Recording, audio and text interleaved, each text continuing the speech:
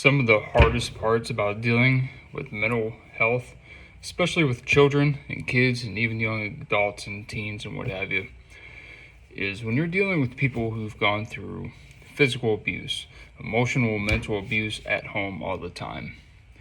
The issue is if this kid's been hit before physically, and it doesn't matter if it's a slap, a punch, an elbow, a kick, a throw, whatever the case may be, if one of those things happens, it opens a door to the availability for everything else that's mental, emotional, to be way worse than it was if the hit never happened.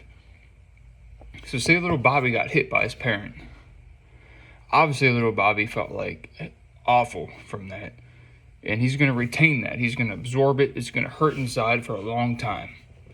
Even if Bobby was in the wrong for doing something, the fact that it happened, it transpired that Bobby got hit by someone who loves him, who's supposed to love him, it creates this synapses in the head of pure trauma over whatever reality might also be going on around it at the same time.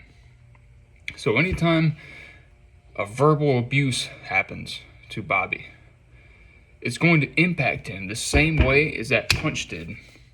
It's going to impact him the same way, and it's going to beat him down further to the ground, even lower than what most people may perceive, even if he's got a smile on his face. It's one of the hardest things dealing with people with trauma. I've been there. I was that kid. Is getting inside and trying to unlock that door and leave the key in there so he can use it himself. It's complicated. It's very complex. Giving someone the ladder and the information to crawl out of that themselves is oftentimes the hardest and longest process that anyone can go through. So if you're dealing with this, if you have a past of any of that, you are Bobby. You are the parent or anyone in between. I want you to feel totally happy and readily whenever you want to reach out.